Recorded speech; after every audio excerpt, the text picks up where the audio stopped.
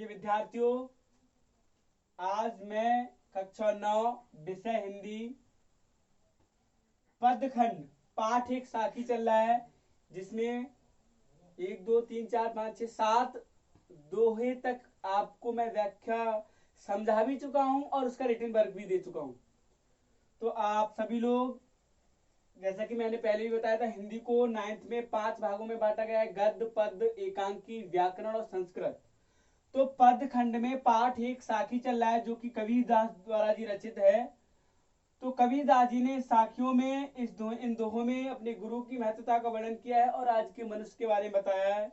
बहुत ही मार्मिक, बहुत ही सुंदर वर्णन कबीरदास जी ने किया है। तो मैं अब तक आपको 7 दोहों की व्याख्या और उनका रिटन वर्क दे चुका हूं। तो आज सभी लोग बुक, अपनी किताब को खोलें, पाठ एक साखी निकालें पद खंड में, और पाठ साखी में दोहा नंबर 8 को देखें। उसके आज हम रीडिंग कराएंगे 8 9 10 3 के बारे में वर्णन करेंगे। तो सभी विद्यार्थियों से कहना है कि सभी अपनी बुक्स को खोलें, मैं लाइन बाय लाइन उसको पढ़ूंगा, आप सभी लोग देखें। तो कबीरदास जी ने 8वें दोहे में क्या लिखा है कि अंसड़ियां झांकी पड़ी पंथ निहार निहार, जीवड़िया छाला पड़ा राम पुकार पुकार। कि अंसड़ियां झाई पड़ी, इसका प्रसंग होगा। इसमें जीव आत्मा परमात्मा के बारे में वर्णन कर रहे हो। क्या कह रहे कि जीव आत्मा कह रहे कि हे परमात्मा की अंसड़ियां, अंसड़ियां मतलब आंखों के, झाई मतलब झाई पड़ जाती है आंखों के नीचे। कह रही है कि हे परमात्मा पंथ निहार, पंथ का मतलब होता है रास्ता, निहार का मतलब होता है देखते देखते। हे परमात्मा, तेरा रास्ता देखते देखते मेरी आंखों के नीचे झाइयां पड़ गई हैं, और जीवड़िया छाला पड़ा राम पुकार पुकार। मेरे जीव, मेरे राम का नाम लेते लेते मेरे जीव में छाले पड़ गए, फिर भी आपकी प्राप्ति नहीं हुई है। आपकी प्राप्ति के लिए तो सच्ची भक्ति की जरूरत है, कोई दिखावे की जरूरत नहीं है। ठीक है। तो अगली जो 9 नंबर की है व्याख्या, झूठे सुख को सुख कहें। तो आप लोग देखिएगा 9 नंबर की, 9 नंबर वाली जो पद्यांश है, दोहा है, उसमें क्या लिखा है कबीरदास जी ने कि संसार के लोग कैसे हैं कि झूठे सुख को सुख कहें, मानत है मन मोद, जगत चवैना काल का, कुछ मुख में कुछ गोद, कुछ मुख में कुछ गोद। क्या लिखा है कि झूठे सुख को सुख कहें। कबीरदास जी कहते हैं इस संसार के मनुष्य जो झूठा सुख है उसको सुख कहते हैं। जो चीज नश्वर है, सब कुछ नष्ट हो जाएगा, कि मेरी गाड़ी है, मेरा बंगला है, मेरा इतना प्रॉपर्टीज है, ये सारी एक दिन क्या है, सब कुछ नष्ट हो जाएगा। कहते हैं कि क्या तू लेके आया है, क्या तू लेके जाएगा, और तूने जो कमाया बंदे वो दूसरा ही खाएगा, और खाली हाथ आया है और खाली हाथ जाएगा। तो वही कहा है कि झूठे सुख को सुख कहें। इस संसार के लोग झूठे सुखों को सुख कहते हैं, और मानत है मनमोद।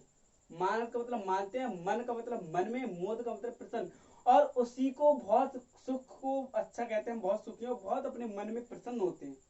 फिर आगे क्या कहा है कि जगत चवैना काल का, ये संसार काल रूपी चवैना है। चवैना देखा है, जो हम लोग चने वगैरह खाते हैं तो क्या होता है, हम अपने किसी में रख लेते हैं और खाते हैं। ऐसे ही हम लोग भी इस काल के चवैने की तरह हैं।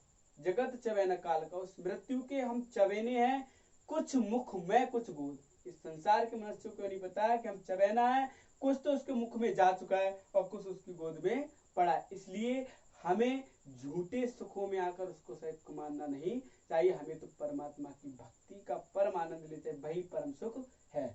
अब 10 नंबर व्याख्या हम आपको बताएंगे।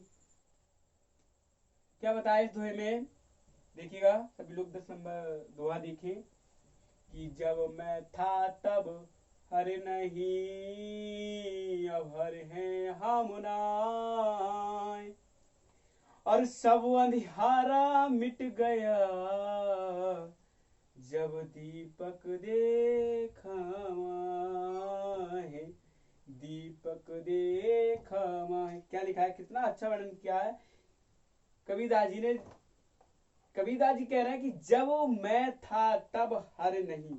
मैं मतलब मेरे अंदर घमंड था, मैं का मतलब अहंकार। जब मेरे अंदर अहंकार था तब हर नहीं, तब मुझे ईश्वर की प्राप्ति नहीं हुई। अब हर हैं हम नहीं, अब हर यानी कि अर्थात भगवान, अब ईश्वर मुझे प्राप्त हो गए हैं तो हम नहीं। हम का मतलब मेरे अंदर मैं नहीं है, क्योंकि दो हाथों से हम हजार लोगों से युद्ध नहीं कर सकते, लेकिन दो हाथ जोड़कर हजार लोगों का दिल जीत सकते हैं।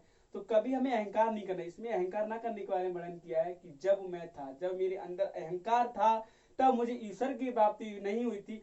अब हर हैं हम नहीं, अब मुझे ईश्वर की प्राप्ति हो गई है तो मुझमें हम घमंड नहीं है। और सब अंधेरा मिट गया जब दीपक देखा मैं। जब मैंने अपने अंदर झांक कर देखा, प्रकाश रूपी दीपक को, उस दीपक को देखा तो प्रकाश हुआ, तो मेरे अंदर का जितनी भी अज्ञान रूपी अंधकार था वो सब उसका मिट गया। इसलिए कबीरदास जी ने इस दोहे में बताया कभी भी मनुष्य को घमंड नहीं करना चाहिए। एक बकरी होती है और एक मैना पक्षी होता है, वो कहता है मैं नहीं हूं, इट इज नॉट मी। तो मैना जो मैना करती है पिंजड़े में वक्त बिताती है, मैना जो मैना करती है वो सबके मन को भाती है। बकरी जो मैं करती है वो गले छुरी चलवाती है। मैना जो मैना करती है पिंजड़े में वक्त बिताती है, बकरी गर्दन कटवाती है फिर भी मैं तनिक न जाती, उसकी मैं नहीं आती। तो कभी भी हमें घमंड नहीं करना चाहिए, इस श्रद्धा से बताया। अभी के लिए इतना ही, धन्यवाद।